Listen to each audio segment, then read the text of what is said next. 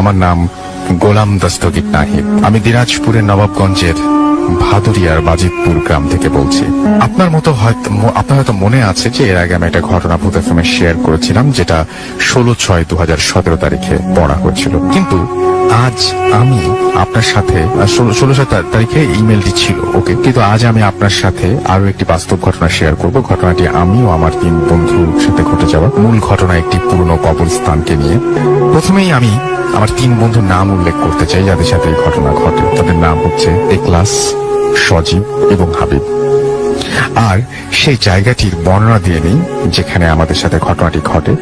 জায়গাটি এমন যে আমাদের গ্রাম থেকে 1 কিলোমিটার দূরে ধানের মাঠের ঠিক মাঝখানে 100 বছরের একটি পুরনো কবরস্থান আছে। ওই কবরস্থানের মধ্যে দুটি বিশাল বট গাছ আছে। এখনো সেই বট গাছ ঠিক একই মতো আছে। আর একটা বট গাছ লাগিয়েছে গ্রামের মানুষ। মোট 3টি বট গাছ আছে, তার মধ্যে বড় গাছ দুটি কবরস্থানের ঠিক একই রকম বয়সের, আর বাকি একটা ছোট। গ্রাম থেকে কবরস্থানে যাবার জন্য তেমন ভালো কোনো রাস্তাঘাটের ব্যবস্থা ছিল না। গ্রামে বিদ্যুৎ ছিল না। একদম অজপাড়াগা একটা গ্রাম। ধানের ক্ষেতের চওড়া আল দিয়ে যেতে হতো ওই কবরস্থানে। পথটা গ্রামের শেষ থেকে শুরু হয়ে সোজা পুরনো কবরস্থানে গিয়ে শেষ হয়েছে। ওই পুরনো কবরস্থানের পাশে একটা পুকুর ছিল।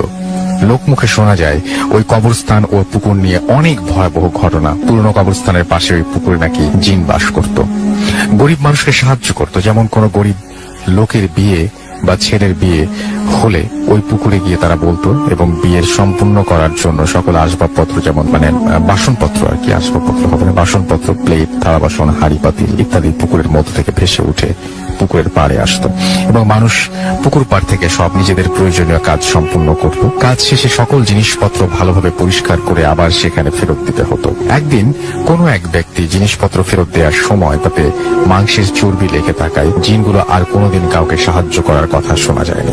জিনগুলো নাকি সারা জীবনের জন্য ওই পুকুর থেকে চলে যায়। আবার ওই পুকুরের পাশে কবরস্থান নিয়ে লোকমুখে এখনো শোনা যায় অনেক ভয়ানক ঘটনা। যেমন ওই কবরস্থানে কোনো এক গ্রামের সকল মৃত মানুষের লাশ কবর দেয়া হতো, এবং কিছু লোক নাকি রাতের অন্ধকারে মৃত ব্যক্তির মাথা কেটে নিয়ে যেত। পরদিন সকালে মাথা কাটা ব্যক্তির লাশ কবরের উপর পাওয়া যেত। এই ঘটনা বেশ কিছুদিন ধরে চলতে থাকে। এই ঘটনার সূত্রপাত হয় অচেনা এক ব্যক্তির লাশ পুরনো কবরস্থানে দাফন করার পর থেকে।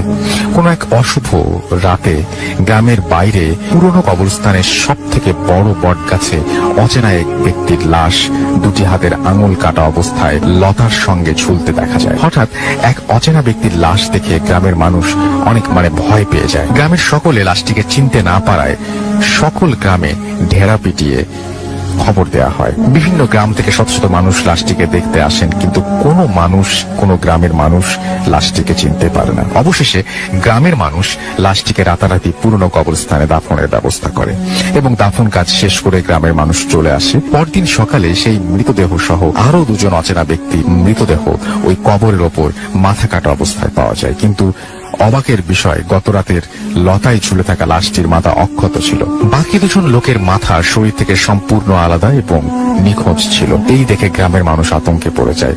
তারা মনে করে কে বা কারা এসে রাতে অন্ধকারে লাশের মাথা কেটে নিয়ে যায়। তাই গ্রামের মানুষ কবরস্থান পাহারা দেওয়ার ব্যবস্থা করে। কবর পাহারা দেওয়ার জন্য 2জন জওয়ানকে রাখা হয়, এবং তারা হাতে টর্চ ও লাঠি নিয়ে রাত 10টা থেকে ভোর 4টা পর্যন্ত কবর পাহারা দিতে শুরু করে। 3 দিন পর্যন্ত তারা খুব ভালোভাবে কবরস্থান পাহারা দেয়।